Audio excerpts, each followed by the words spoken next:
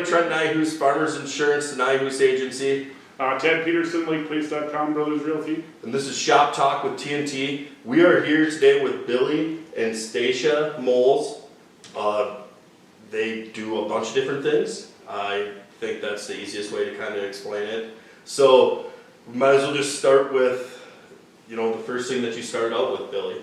You started guiding in what year? 97, I went to guide school in Montana. Okay. So with the guiding now, so starting in 97 in Montana, now where do you do most of your guiding at? All the guiding I do is in Alaska. Okay. So, and you guys went to high school together, correct? Well, yeah, he's Well, way older than I am. Way older? Yeah. 2 years? Yeah. So, like, graduate high school, go to guide school, or was there was some time in between, right? Yep, I worked at Land O'Lakes in Clear Lake when I got out of high school. I'd injured my shoulder, and so I kind of needed to rehab that, and wanted to make some money before I went. I needed to make some money. I needed to get to Montana somehow, so I had to buy a truck or a vehicle. And so I worked there, worked like 80 hours a week average at that creamery, and came time to go to guide school, and I was scared. I asked my mom, I said, should I go to college? Should I stay at the farm? Should I just stick with this job? I was making all this money. Of course, I had no life because I was working so much. And she just said, Billy, this is your dream. If you don't do it now, you never will. And yeah, the hardest part of the whole journey, I'd say, is making it to Clayton, Wisconsin on my way out west. That's Guide school, how long is it? A month-long course, and then I got a job in Idaho that fall, so I didn't know where else to start. I just found an ad in the back of an Outdoor Life magazine, and went and did that. Then they set you up with a job. Basically, you're working for an outfitter, so I was a packer or a wrangler for a horseback outfit in the Frank Church River No Return in Idaho. And then after I did that, came home basically Thanksgiving, and wrote, called, emailed every outfitter I could find in Alaska. Told them I was a farm kid greener than grass. Didn't know anything about hunting in Alaska, but I was willing to do whatever it took to become a guide because I wanted to hunt in Alaska, and I didn't figure I'd be able to ever afford to do it. And I didn't want to go to college, so I didn't know what else I was going to do with my life, and I just figured, man, maybe I could get paid to go hunting in Alaska and kind of come in the back door of sorts. And then a guy that was originally from Colfax, his name was Dennis Harms, Colfax, Wisconsin. He was an outfitter up there, and he sent me his brochures and Kodiak brown bears, and he had this picture of this great big bear hide strung up in a tree, and I remember just seeing that. I'm like, oh, I want to go work for that guy. And he called me and hired me. And So the first guy you worked for was from Colfax? originally, yep, he graduated from Colfax. I think he went to school in Stout, and then he was a shop teacher and got a job in Alaska. He was into trapping and stuff, like I was, and he was a couple years into teaching there. He had his girlfriend from Colfax as well. Tate was her last name, and they went up there, and then he started outfitting, and then he quit teaching, and yeah, he's Still there? Yeah, he's still alive, and he doesn't outfit anymore, Okay. but he did it for like over 40 years. Wow. Really interesting guy. He'd been all over the world. I mean, he was a PH in Africa. Yeah, just once I got up there, I mean, all these guys' stories, the clients that I'm with, the guides that I was shadowing to start with, I mean, their stories just open your eyes that, it pretty much is true. If you really want something bad enough, you'll find a way to get it, and you'll figure it out. So you worked for a bunch of different outfitters, or just someone? I mean, are you always going to the same place, working for the same guys all the time, or? Pretty much at this point, yes. Yeah. Yeah, I've worked for a bunch over the years, and now I've kind of fine-tuned it. I'm not doing as much as I used to. I used to guide fishermen in the summertime, and that was basically adult daycare. I didn't really like that. Never was a good fisherman anyways. Hunting is always my shtick. At least then you can say, hey, be quiet, there might be something over here, Fishing, you can't escape them. But yeah, so I just work for a couple different outfitters now, and I'm a licensed outfitter, and I actually kind of bought my own area when I was like 24. And then I didn't like the business aspect of it. I could see that that wasn't what I was supposed to do. I started flying airplanes, because that's the natural progression. You become a guide, and then you become an outfitter, and that just wasn't for me. And so basically I'll get my own hunters, I'll book my own hunters, if you will, and then we'll go to other outfitters' areas, so I don't have any of my own infrastructure. And that frees me up to live here, but that I'm not gone from home as much, and then that frees me to do my filming thing and travel around speaking and that sort of thing. So when did you guys start dating? Were you guys high school sweethearts? How did this like kind of, because obviously you went out to Montana, and then you went up to Alaska. So I feel like that's kind of a hard time to have a relationship, especially at 19, 20 years old. Well, we were like 26. We're roughly the same Yeah. age. Yeah, 26. Yeah. Okay. I was bartending at Anchors and knew people Billy from was around drinking here. in Anchors. Yeah. So Yeah, I'd but always they didn't come come in home. very often, so that was like, that was a green flag. Like, Well- it's not here very often. And you know how I always tipped her really poorly on It was- purpose he so was that the I knew worst she wasn't after me for my tipper. money. Hey, if it costs $1.75, that quarter's for her. That's right. Yeah. Yeah, I don't think I ever impressed Yeah, her your with my dad was tipping. probably worse, I believe that. Joe. So kind of the dynamic then, you're 26, so you're almost 10 years into your career at that point in time of guiding. How was the relationship of going, now that you have a girlfriend back home and you're kind of more even rooted here, how hard was it to go back that first time to go guide once you kind of have the home life even more here? They're both smiling. a lot. Yeah. It was That a good first story. year was, it just, my heart ached, literally, Yeah, not to sound like a it was total hard. softie, it was hard. So I think we started dating in February, and then I left like middle of July, so I was gone like 100 days, over 3 months, maybe 4 months. So I was gone a long time, and it was hard, and just the old adage, absence makes the heart grow fonder. And I think, we met at a point in life where we both kind of like accepted that, I knew what you did, before we got into this, so it's, I think I was prepared. And I was very independent. yes, I think like even for me, it was just like months before I met her, I accepted that I may live alone the rest of my life. Yeah, so did I. Yeah, I And was it just was- like, it if was I'm by just- myself, I don't care. We knew, I would say, I kind of figured by the third time we ever hung out that I knew that I was gonna marry her. Yeah. I'd say the second weekend we This hung is out a together. romance. Yeah, that yeah, is this amazing. yeah, really it's getting kind of steamy. You guys can leave now. This is new for us. This is a new deal here, guys. It must be the fire. Yeah. It's that circle light. Oh, shoot. So 26 years old, and then you guys built a house relatively soon too, right?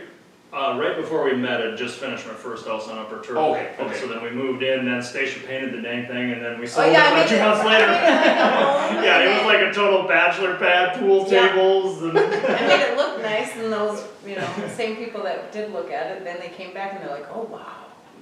And they bought it. yeah. And so then that's when we bought that lot out at Yeah. Long Lake. Okay. And It's then like, what a we trick. moved in next to you Yeah, guys at the yourselves, Buzzards yeah. farm for a year while we were building it, and then Dash ate all the Gunner's dog food and Bailey. yeah. terrorized you guys. We still owe you for dog food. No, it's fine. The entertainment was well worth it. Well worth it. So now, after that, you kind of started doing the modern day mountain man stuff. How old were you about when you started that? I was right after we got married. I'd been filming all the hunts that I've guided on, and one of the crazy things that I've learned is just like, if you pursue what's something you want, other doors will open, and the things you can't do for yourself, other people will do for you or help you along the way.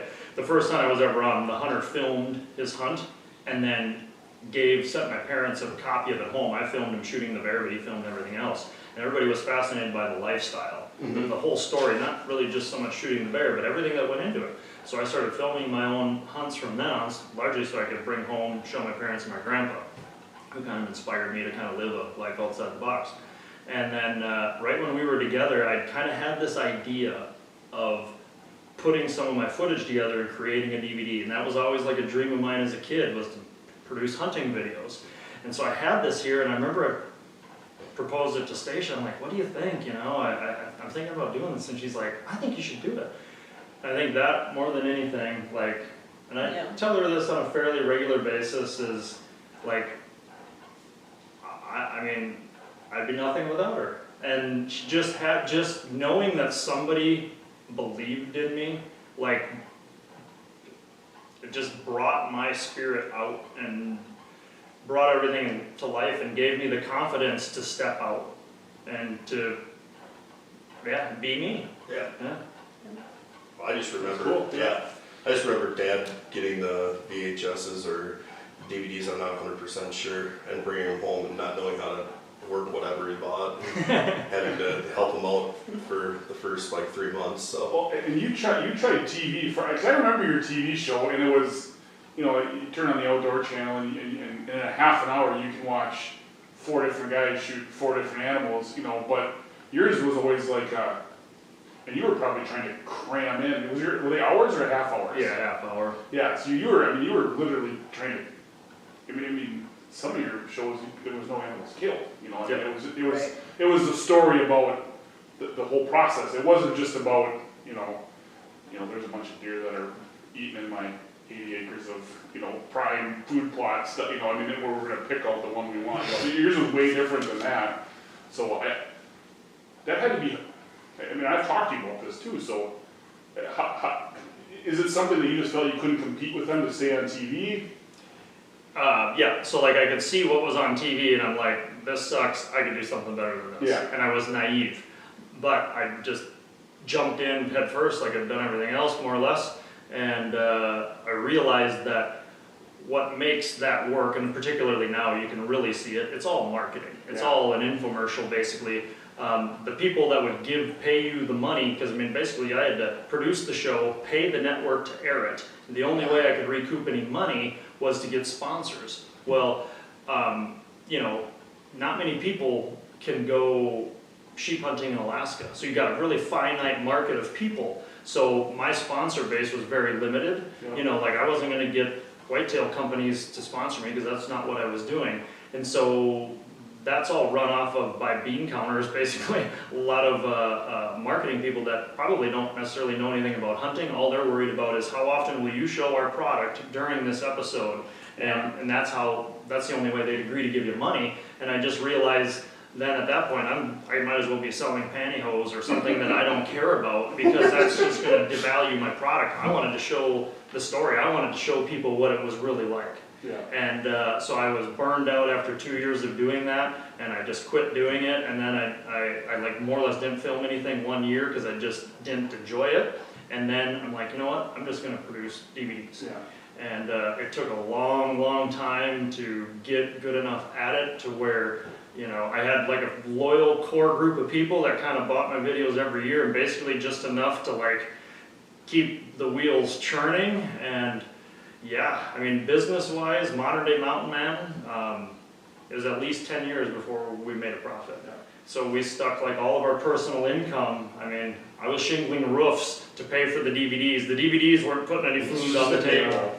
And yeah, then once we started having kids, I mean, Stacia and I both agreed it was tempting for her to get a job and to, you know, to have daycare, but we just both agreed like we couldn't do it. I couldn't do what I was doing. Because you were gone for 3 months, almost 4 out of the year, so I'd be like a single parent those months that he was gone. So it's just nice to have someone to be a rock. Yeah. And I could have never, like being away from him, I could have never done it without having wholehearted faith and trust Right. in her that, you know, everything was taken care of. And I've guided with a lot of guys that they didn't want to call their wives or their girlfriends because they'd get nagged on. I never once, in all the years we've been together, she's never said, don't go. She always just said, just promise me you'll be careful. And that's it. Every time I call her, she's always positive and upbeat. Definitely not every time I called her was I positive and upbeat. And I couldn't call her. I'd be on satellite phones, and so she couldn't call me. So we'd go, Right. you know, a week, and I'd just call, and every once in a while she'd be with the kids or in the middle of something, and it's like, well, and it would sting me. I don't think she Yeah. really cared, but it was like, oh man, you know, There's still I got like, this reality. I got 1 minute to talk to her, and now I'm going another week without it. Oh, why are you It was hard. calling now? We're doing this, you Yeah. know, it was kind of, sometimes, yeah, it's like, oh, Dad's calling one time, the next time it's like, oh, why is he calling right now? And it's funny because the kids, like on the first week or two I'd be away, the kids are like, oh, Daddy, what are you doing? I miss you, you know, and I'm like, oh, there's bears here, oh, wow, that's cool, what are you doing? And it's all happy-go-lucky. And then after week 2, is Charlie there? Is Frankie there? Do they, you know, can I talk to him? Hey, kids, your dad's on the phone. Meh, you know, whatever. that stung a lot. And then, well, But I always feel like people think, oh, how can he leave his children for that long? But when you're here, you are I was here. gonna say that. He is yeah. very present with them at all times. So, and he spends a lot of really quality time, probably more than I do. You know, I'm with them all the time, but your quality time is better. And you're always teaching them something, which I find a little bit annoying sometimes. It's like, oh, just let them figure it out for themselves. So, you guys met when you were 26, married when you were. 27. Oh, yeah, that was. it was like 3 months we were engaged. It felt like we waited forever to get engaged. It was 3 months. Yeah. It's so ridiculous. Yeah, Now I look at it, I'm like, what were we thinking? Oh, it was so stupid. But you guys Actually, waited a little while before you had kids, though, right? Yeah, Yeah. 4 years, I think. 4? Yeah, that sounds about right. So you guys got engaged in, we'll say May, and you left for Alaska in July? Yeah, June 1st. We went up to Idaho where I guided hunters there. I Can I tell that story? remember that. What one? About our engagement? What about Well, it? maybe we better not go there. Oh, we were riding these horses, and anybody who's been in that country, Oh, they would know. yeah, you can tell that. Well, you tell her, yeah. No, you tell me. We're riding these horses, this outfitter that I guided, so I guided in Idaho 8 years. So before we met, I would guide in Alaska, I'd be up there 6 months, and then I would fly back home, wash my clothes, jump in my truck, drive to Idaho, and I'd guide there for 2 months, and then I'd come home Thanksgiving. And so I did that for 8 years, and I took her up there to propose to her, and we were gonna ride horses in the mountains, and I was gonna take her to the top of this mountain, and, you know, She propose obviously to had no her. idea what was going on. Yeah, well, she knew, and she's ridden horse a little bit, but I mean, these trails are like, No, but Just- she didn't know you were taking her up there to propose, right? I don't know, did you? We never talked about it. It could happen. Yeah. I think she was surprised, but anyways, we were going down these trails, and I'd forgotten, like, I remember it made me remember when I was 19, the first time I went to guide school, and you're on this knife ridge, and it's like 3,000 feet down on either side. I mean, like, if you fell off, you were dead. And we're on these trails, and they're like along a river, and it's like, He's either gonna propose to me or he's gonna kill me. yeah. I must really love him because I can't believe I'm doing this. I have a child back home and I could die instantly because I am relying on this horse to be sure-footed, to not slip just like a few inches. Yeah. It was terrible. The outfitter had bought new horses, and they had 2 lodges. They were 15 miles apart. And so this one really fancy lodge that was built by Bill Hara of Hara's Casinos, it had like hot tubs and pools, and I mean the whole deal. Yeah. So they said, hey, if you guys will trail these 4 horses up to the lodge, you know, you guys can stay there the rest of the time. I'm like, heck yeah, you know. We'll work. But these horses had never been on the trails, and so I'm leading 2, and so they're kind of nervous and boogery over everything. Well, then Stasia's horse would lag behind and eat grass, and then we'd get ahead. Well, then her horse would take off sprinting to catch up to us, and like meanwhile it's like 400 feet down to the river, and she's like, wow! And finally she just gets off the horse, she's like, I'm done. I'm Who walking. do you I'm think I walking the am? We're not horses." meant to be together. I'll never do this with you. And I was like, what? This is not going how I planned. This is not my style. And so then we make it to the lodge. She walked, you know, more, but she still rode in the easy parts. And I mean, and it's scary. I mean, it's scary stuff. But you got to know that you got to trust the horses. But we get to this lodge, and then that night we were in this pool, and we had some champagne, and it starts to lightning and rain. And we're like, well, maybe we should get out of this pool. Well, all of a sudden these elk start coming down off the mountain, and they're feeding in the lawn around us. I mean, it was magical. Why is this turning into That's like a romance This story. is a romance. business? No, we're starting a new channel, Chad. You're gonna have to hit the no, this is not for kids. Yeah. We can do that anyway. Yeah. It's Yeah. Probably for the better. Anyways, yeah, we better. I don't know why we had to tell that I story. don't know, because I think it's a good story. Okay. It's a great story. I like it. That's our story. Is it? I don't know. You had to ride the horse's back, did you? I mean, No, well, so then the next I day would she, have never done to it. finish the Never. story. I would have flown home by myself. Yeah, that was, I mean, that's a long haul. I mean, 15 miles on a horse is a lot. Well, she agreed the next day we were gonna ride to the top, and I'm like, there is nothing scary like what you did, you know, let's go to the top of this mountain. It was like a 2-hour ride. Lies. And like, there was one stretch that was pretty steep, and her horse like fell down. Like, and of course when a horse falls down, so she goes forward kind of on the horse's neck, well then the horse lunges to get up, and she's like, no, I'm done. You know, she just dug her heels in, and so I'm like, well, what do I do now? And all I could think, I had the ring in my pocket, all I could think to do was pull it out, and yeah, she said yes. Anyway, so. And I'm still And here. then we went right back to the hot tub, and we just hung out there. Yeah, right. That's more my style, hot tub and champagne. okay, so Okay, that gets, now- that gets us, so, and this, you had started doing the videos before that, Mhm. and you don't do the videos anymore.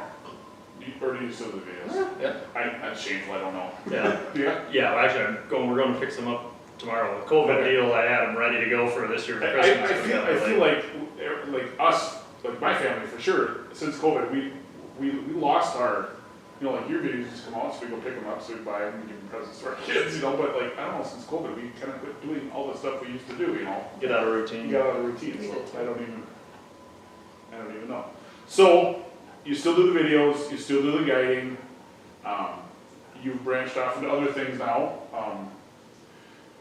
When did you do like guest speaking now? When did you start doing that?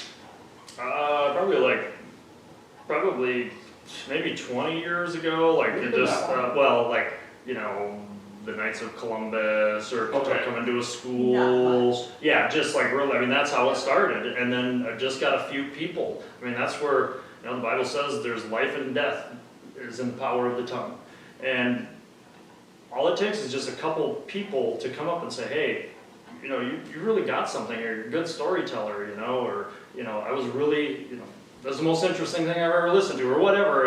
And then I started hearing that repeatedly as I got other opportunities to speak, and then I started doing sport shows to promote my videos. Okay. And so I started speaking at those, and then, I don't know, somebody calls me up about this, or speaking at a men's group at a church, and then spoke for Monarch, the paving company, you know, and just kind of oddball things, and started looking into speaking a little bit, and I was like, man, that's kind of a pretty cool gig, you know, because I recognize that I've got something out of the norm, unique experiences to talk about. And I always kind of like writing. Another one of my dreams as a kid was to be an outdoor writer.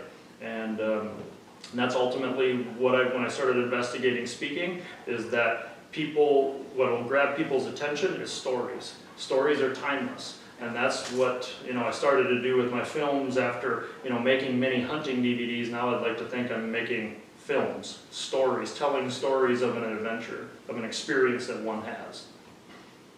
And so, yeah. Kind of an oddball question. You know, your DVDs are broken down into hunts, kind of. You know, your story within. Which one's your favorite?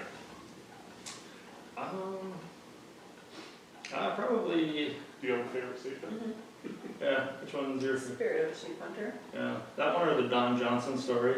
Yeah. Yeah, like I did the Spirit of a Sheep Hunter. That was the first one where I kind of declared my faith, and I was really nervous about it. It took me years to get the strength and the courage to share that story. And I remember Stacia was watching it. It was basically kind of like the final draft.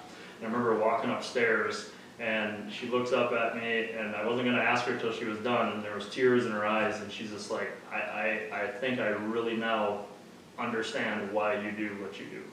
And that's when I kind of felt that we'd hit a home run with that film. It was just a really good story. That wasn't that long ago, was it? The hunt itself took place probably about 7 years ago. I'm The guessing. video was, I mean, Probably like 3 years yeah, ago. okay, yep. Yeah.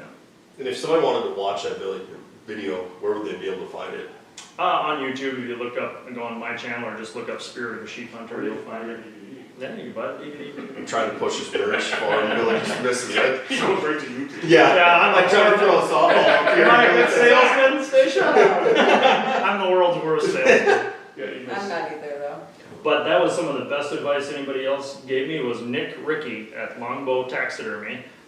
He said, you know what, because I've never liked marketing, I've never liked selling things, I've always sucked at it, and I hate particularly if it's something that I'm producing myself, like I feel like a braggart, and he said, hey, just focus on producing quality, you know, whatever you're doing, as long as it's good, the customers will come.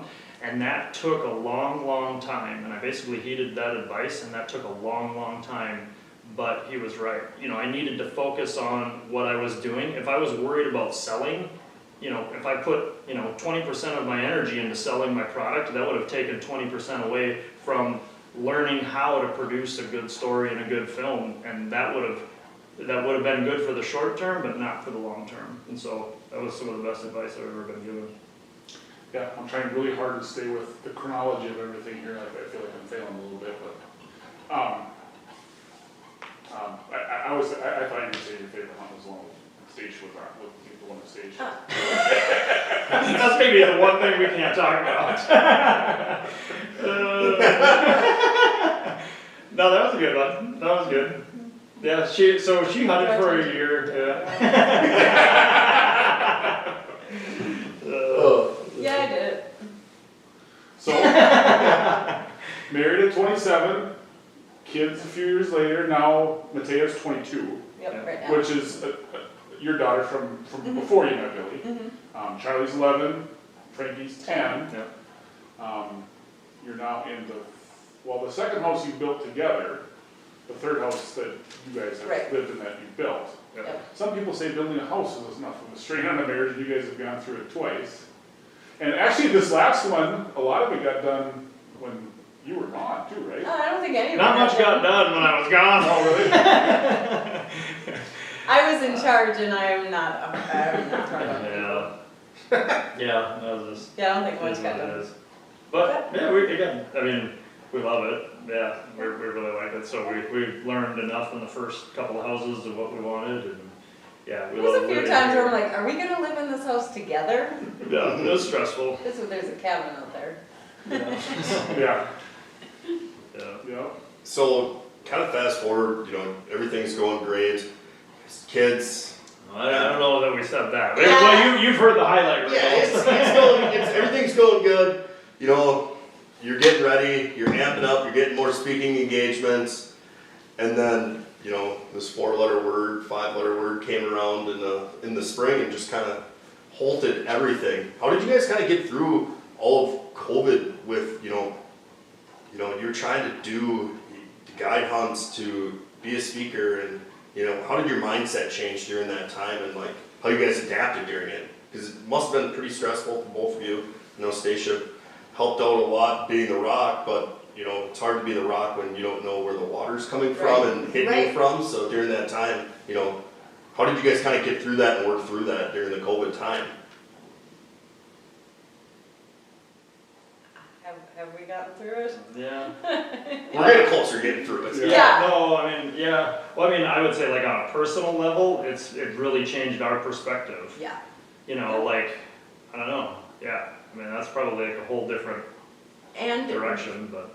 we've also focused on just getting different streams of income.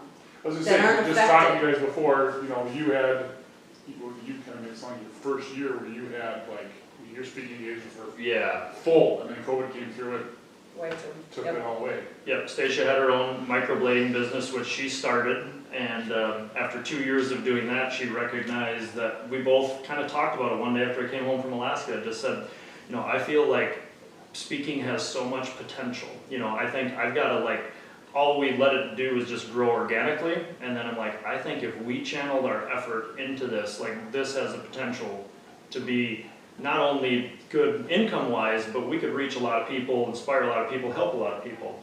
And she agreed, you know, and that's one of the many reasons why I love her, is she fell on the sword. She's like, yeah, I'll quit this, I'll quit my business, and then together we'll work at this. And so then we started working at speaking. We were doing whatever we could to think of to try to promote it. And And so then we did that for like a couple of years, and we did a couple of together, you know, where the family would come, and we're like, this would be an awesome lifestyle for us. And then we had one winter, whatever it would have been, winter of January 2020, and so we had like 3 months all winter long. I pretty much had speaking gigs lined up, and then COVID hit, and then they all just started dropping like flies. With like in a 2-week window, we just finished building the house. Just moved in. Yes, just moved in, and all these gigs canceled within a few weeks, and now here we're looking at more or less like 8 months with very, very limited to no income coming in, because my spring hunts got canceled as well. You know, I was still doing the video thing, but I mean, that was, you know, very little, and that was hard for me as a man, as a provider, you know, like those were some dark times, and then we just like, oh, what do we do? Yeah, and then YouTube. Yeah, I started putting some stuff on YouTube, so like a lot of the stuff I was doing was Christian outreach speaking, and the day that my daughter Frankie was born, I was in Alaska, and so I didn't meet Frankie till she was over 2 months old, and that's the day when I met Jesus. I mean, I just felt so small. I just realized that I'd lived such a selfish life, and that's kind of a story in and of itself, but I heard God's still small voice say, share this. That was it, and I knew that, you know, after going to church my whole life and probably walking away from that with more questions than I had answers, my faith was undeniable. Like, if somebody wants to know who I am, I can't not tell them. And so knowing that, all I could do was go back to what you know. So when you hit a roadblock, I would say that is the biggest thing that I've learned, is just, you know, you try things and you fail and you fail and you fail, go back to what you know works and then start over. And so I just said, all right, I can't go to these places and speak to people and share my faith and share my stories. I'm just going to go out and start a YouTube channel. And so I grabbed that camera and I went out there and started a fire that day, and I just sat down and I gave my Christian testimony, and then that afternoon I got it on my computer and I posted it on YouTube before I got scared and then didn't do it. And after that we had our best financial year, bar none. Double any year we've ever had. Yeah.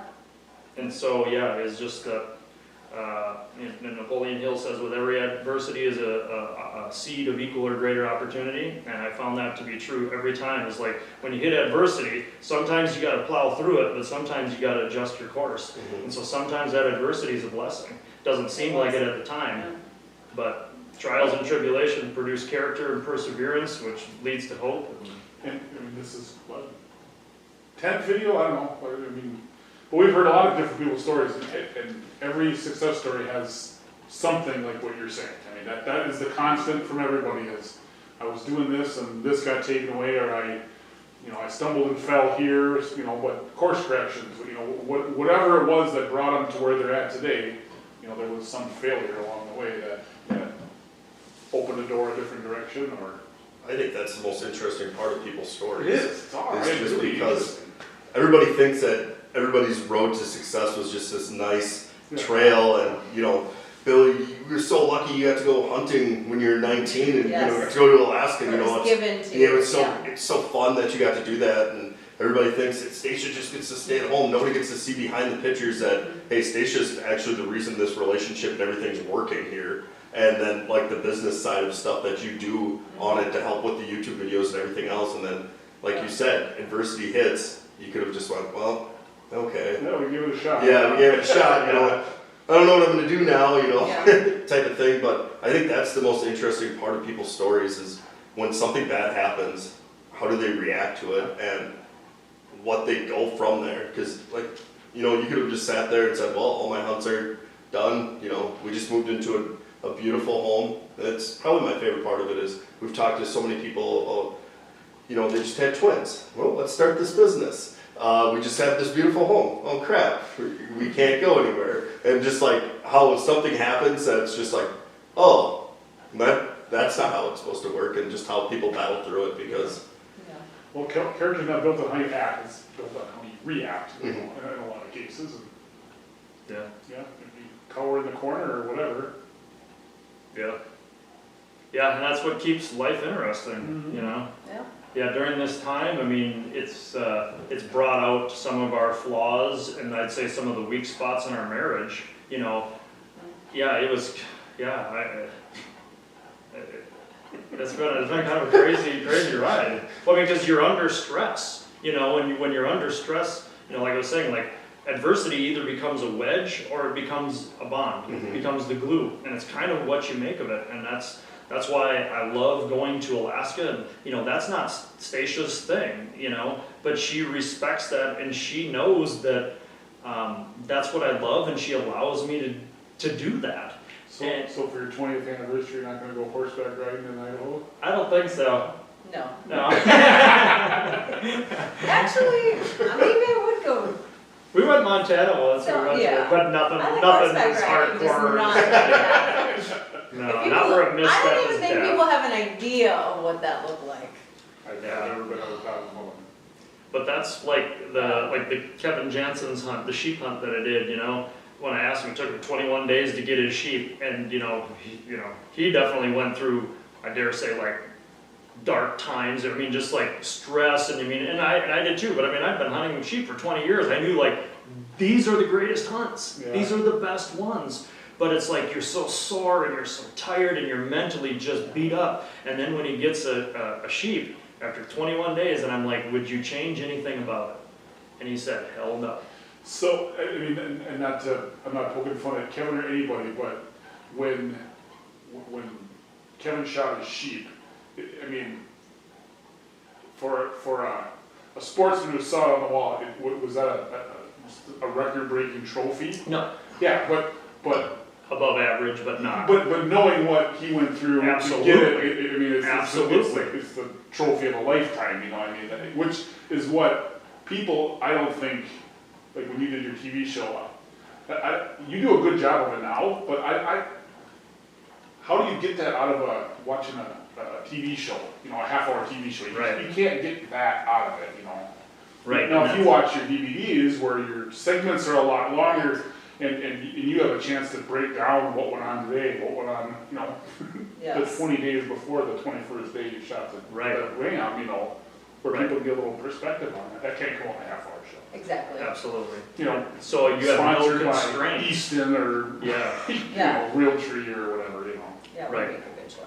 Yeah, you have no constraints. You can tell the story exactly how you want to tell it. Yeah. Yeah, and then, you know, so as you go through those, you know, through life, I mean, like when we went on vacations, like every time we'd go on vacations, like I'd always get us in some harebrained situation that at the time, it's just like, what are we doing here, you know? Like the moose cabin, it smelled like urine, you know? And the station's like, we're laying in bed in this cabin in You're Yellowstone. so cheap. And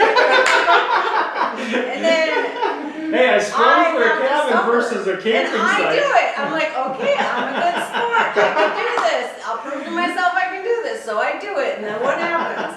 Then I'm like, okay, we're out of here. Where are we calling the hotel down the road? Yeah, it's like pitch dark and it's raining. We're in the Badlands or Yeah, you're Mount Rushmore, and we're in this little cabin. It just stinks of urine, so Oh, bad. so bad. And we're on Plastic futons and and we can't sleep, It's and loud. it's hot. And Stacia, we were gonna stay there another night, and Stacia's like, out of the pitch dark, I hear a voice. Tomorrow we are getting a hotel. And that was one of the best days. But my point is like when you look back at life, Those are the best. those are the best. And like what I said, what makes like Alaska hunting adventure great is not what you experience on the mountaintop. It's what you experience when you go through the valley. When you gotta push, when you got 8 miles to camp and it's raining and it's getting dark, what happens there, that's where the magic is. The mountaintop doesn't mean anything unless you go through the valley. And that's the greatest moments in life is when you come together and you form that bond. The people that you're with, when you work together and you work through something, life doesn't get any better than that, you know? It's hard at the time, but Yeah. that's where the flavor comes out, you know, when you boil things down. You know, when you saute mushrooms and onions and garlic, if you eat it when they're raw, that's no good. But when you get all the moisture out, you boil it all down, and that's all you got left, That's the good stuff. The little things we just say, or. Quinoa. Quinoa. Well, that was with garlic and onions. So that's what I thought. It was good. I think that's a good place to stop. Yeah, I mean, we're not belittling you, but there's no way we can get your whole story in whatever time it's been, I don't know. Yeah. We're trying something new, so we don't have a laptop Yeah. set up to see timers, but thank you guys again for having us. It was awesome. Billy, what is your YouTube channel order? Billy Mole's Adventures, I think, yeah. Yeah, Modern Day Mountain Man, if you Google search that, you'll find all of my stuff, so. So you guys can go ahead and watch him on that. Once again, Shop Talk with TnT of Trent Nyhus, Farmers Insurance, Nyhus Agency. I'm Tad Peterson with LakeWaste.com Brothers Realty. Thank you guys very much. Our pleasure. Thank you guys.